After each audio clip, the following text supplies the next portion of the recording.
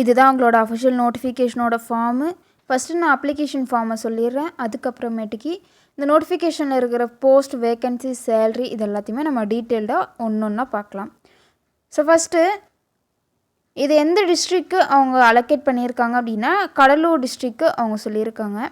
நீங்கள் எந்த போஸ்ட்டுக்கு அப்ளை பண்ண போகிறீங்களோ அந்த போஸ்ட்டோடைய நேமை இங்கே நீங்கள் மென்ஷன் பண்ணணும். அது வந்துட்டு நான் இதுக்கப்புறமேட்டுக்கு சொல்கிறேன். உங்களுடைய பெயர் ஓகேங்களா, அப்ளிகன் நேம் இங்கே நீங்கள் கொடுக்கணும். உங்களுடைய தந்தை பெயர் இங்கே நீங்கள் கொடுக்கணும். பிறந்த தேதி, அதாவது எந்த ஃபார்மேட்டில் இருக்கணும் அப்படின்னா டேட், மந்த், இயர் ஓகேங்களா, இந்த மாதிரி ஃபார்மேட்டில் நீங்கள் வந்துட்டு கொடுக்கணும். ஏஜை பொறுத்த வரைக்கும் நீங்கள் கொடுத்த, அதாவது லாஸ்ட் டேட் ஆஃப் அப்ளிகேஷன் என்னவோ அந்த டேட் படி உங்களுக்கு ஏஜ் என்னவோ அப்படி டெட்டர்மைன் பண்ணி இங்கே நீங்கள் மென்ஷன் பண்ணிக்கணும். கல்வி தகுதி மேக்ஸிமமாக நீங்கள் எவ்வளோ குவாலிஃபிகேஷன் வச்சுருக்கீங்களோ அது வரைக்குமே நீங்கள் மென்ஷன் பண்ணிக்கலாம். தற்போதைய வீட்டு முகவரி, இப்போது நீங்கள் எந்த வீட்டில் இருக்கீங்களோ அந்த வீட்டோடைய அட்ரஸ் நீங்கள் கொடுக்கணும். பர்மனெண்ட் அட்ரஸ் ஓகேங்களா, அதாவது சொந்த ஊரோடைய பர்மனெண்ட் அட்ரஸ் வந்துட்டு கொடுத்துக்கோங்க. ஜாதி, கம்யூனிட்டி என்ன அப்படின்ட்டு கேட்டிருக்காங்க. ஆதார் எண், அந்த 12 நம்பர்ஸ் டிஜிட்டை வந்துட்டு நீங்கள் கரெக்டாக கொடுத்துக்கோங்க. அது வந்துட்டு தப்பு இல்லாமல் கொடுக்கணும். அதே மாதிரியே ஃபோன் நம்பர், இமெயில் அட்ரஸ் இதுவுமே வேலிடான ஃபோன் நம்பர் அண்ட் இமெயில் அட்ரஸா அப்படின்ட்டு பார்த்துக்கோங்க. ஏன்னா ஃபர்தர் கால் ஃபருக்கு அது வந்துட்டு ஹெல்ப்ஃபுல்லாக இருக்கும். நெக்ஸ்ட்டு பிளேஸு, டேட், அதாவது இடம் மற்றும் தேதியை குறிப்பிட்டுட்டு உங்களுடைய சிக்னேச்சர் இங்கே நீங்கள் போடணும் ஓகேங்களா. இதை போட்டுட்டிங்க அப்படின்னா அப்ளிகேஷன் ஃபார்ம் அவ்வளோதான். அதுக்கப்புறமேட்டுக்கு இந்த அப்ளிகேஷன் ஃபார்ம் பின்னாடி என்னென்னலாம் அட்டாச் பண்ணணும் அப்படின்னா 2 பாஸ்போர்ட் சைஸ் ரீசன்ட் ஃபோட்டோஸ் வந்துட்டு கேட்டிருக்காங்க. அது வந்துட்டு நீங்கள் கொடுக்கணும். Date of birth certificate xerox வந்துட்டு கேட்டிருக்காங்க. சப்போஸ் நீங்கள் பர்த் சர்டிஃபிகேட் இல்லை அப்படின்னா எஸ்எஸ்எல்சி, ஹெச்எஸ்சி சர்டிஃபிகேட் கூட கொடுக்கலாம். நெக்ஸ்ட்டு குவாலிஃபிகேஷன்ஸ்க்கான மார்க் ஷீட்ஸ், அதாவது எஜுகேஷனல் குவாலிஃபிகேஷன் மார்க் ஷீட்ஸ் வந்துட்டு கேட்டிருக்காங்க.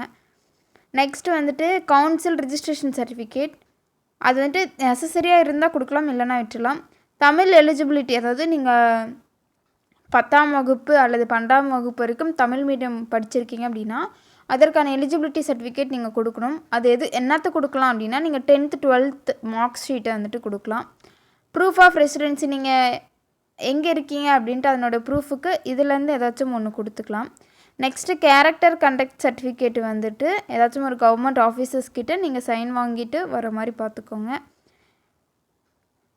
டிஃப்ரெண்ட்லி ஏபிள்டு பர்சனாக இருக்கீங்க அப்படின்னா அவங்களுக்கு மெடிக்கல் சர்டிஃபிகேட் ஒன்று இருக்கும். ஸோ அதையும் வந்து நீங்கள் கொண்டுட்டு வரணும். நெக்ஸ்ட்டு ஒர்க் எக்ஸ்பீரியன்ஸ் இருக்குது அப்படின்னா அதனோட சர்டிஃபிகேட் வந்துட்டு கொடுத்துக்கோங்க. நோ அப்ஜெக்ஷன் சர்டிஃபிகேட், அதாவது ஃப்ரம் த அத்தாரிட்டி, நீங்கள் ஏதாச்சும் ஒர்க் பண்ணுற கம்பெனியில் நோ அப்ஜெக்ஷன் சர்டிஃபிகேட் வாங்கணும் அப்படின்னா நீங்கள் கொடுத்துக்கலாம், இல்லை அப்படின்னா விட்டுறலாம். அவ்வளோதான் இந்த நோட்டிஃபிகேஷனில் அப்ளிகேஷன் ஃபார்ம் பின்னாடி அட்டாச் பண்ணுற டாக்குமெண்ட்ஸ் ஓகேங்களா. ஸோ இப்போ வாங்க நோட்டிஃபிகேஷனோட post, last date of application இது எல்லாத்தையுமே பார்க்கலாம். ஸோ இந்த போஸ்ட் எங்கேருந்து வந்திருக்கு அப்படின்னா முன்னாடியே தம்ப்நெயிலில் பார்த்துருப்பீங்க, பட் இருந்தாலும் நான் சொல்லிடுறேன். தேசிய நலவாழ்வு குழுமம் மாவட்ட நலவாழ்வு சங்கம், இந்த சங்கத்துலேருந்து வந்திருக்கு. எந்த ஊர் அப்படின்னா கடலூர் மாவட்டத்திலேருந்து இந்த நோட்டிஃபிகேஷன் வந்திருக்கு. நோட்டிஃபிகேஷனுடைய லாஸ்ட் டேட் எப்போ அப்படின்னா 4ஆம் தேதி ஓகேங்களா. முன்னாடியே நான் மென்ஷன் பண்ணியிருப்பேன். நோட்டிஃபிகேஷனோட லாஸ்ட் டேட் வந்துட்டு 4ஆம் தேதி. இப்போ போஸ்ட்டு இதெல்லாமே பார்த்துடலாமா, வேக்கன்சிஸு, குவாலிஃபிகேஷன்ஸ் இதெல்லாமே. ஃபஸ்ட்டு போஸ்ட்டு ஆண் சிகிச்சை உதவியாளர், இதற்கு ஒரே வேக்கன்சி கொடுத்துருக்காங்க. மேல் தான் கேட்டிருக்காங்க, ஆணை தான் கேட்டிருக்காங்க.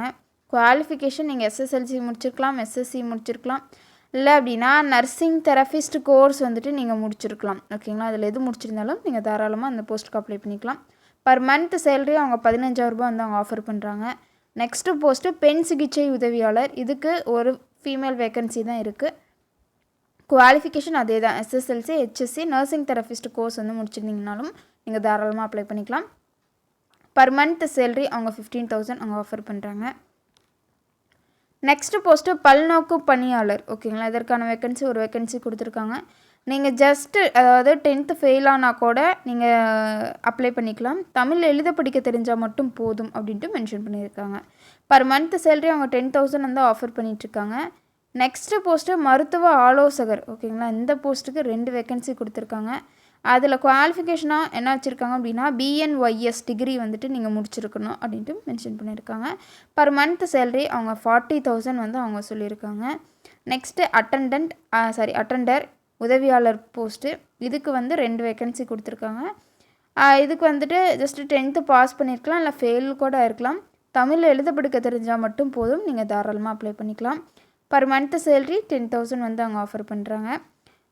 மருந்து வழங்குபவர், அதாவது டிஸ்பென்சர் அப்படின்னு சொல்லுவாங்க.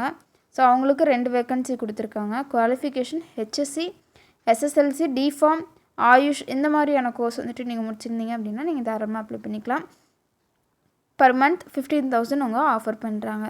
ஓகேங்களா, முன்னாடியே நான் சொல்லிட்டேன், பட் இருந்தாலும் இங்கே கொடுத்துருக்காங்க. ஸோ அதை வந்துட்டு பார்த்துக்கோங்க. அதாவது இந்த நோட்டிஃபிகேஷன் அப்ளிகேஷன் பின்னாடி நீங்கள் என்னென்ன டாக்குமெண்ட்ஸ்லாம் அப்ளை பண்ணணும் அப்படின்னா, SSLC HSC மார்க் ஷீட்டு, கல்வி தகுதிக்கான மார்க் ஷீட்டு, இருப்பிடச் சான்றிதழ், ஜாதி சான்றிதழ், மாற்றுத்திறனாளி, விதவை, இல்லை கணவனால் கைவிடப்பட்டவர், இல்லைனா 3ஆம் பாலினத்தவர், ஓகேங்களா, இந்த மாதிரி இருக்கீங்க அப்படின்னா அதுக்கான சர்டிஃபிகேட் வந்து நீங்கள் அட்டாச் பண்ணணும். கண்டிஷன்ஸ் வந்துட்டு கொடுத்துருக்காங்க. என்னென்ன கண்டிஷன்ஸ் அப்படின்னா, இந்த பதவி வந்துட்டு முழுக்க தற்காலிகமானது. ஓகேங்களா, இது வந்துட்டு ஒரு ஒப்பந்த அடிப்படையில் தான் வந்து உங்களுக்கு வேலை வந்து வழங்கப்படும். எந்த ஒரு காலத்திலும் பணி நிரந்தரம் செய்யப்பட மாட்டாது அப்படின்ட்டு அவங்க மென்ஷன் பண்ணியிருக்காங்க.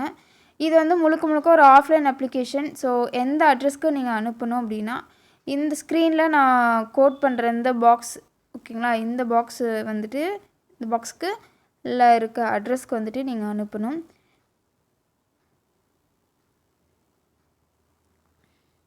ஓகே, அவ்வளோதான். அதாவது நீங்கள் எப்படி அனுப்பணும் அப்படின்னா, நீங்கள் வந்து ஸ்பீடு போஸ்ட் மூலமாக வந்துட்டு அனுப்புகிற மாதிரி இருக்கும்.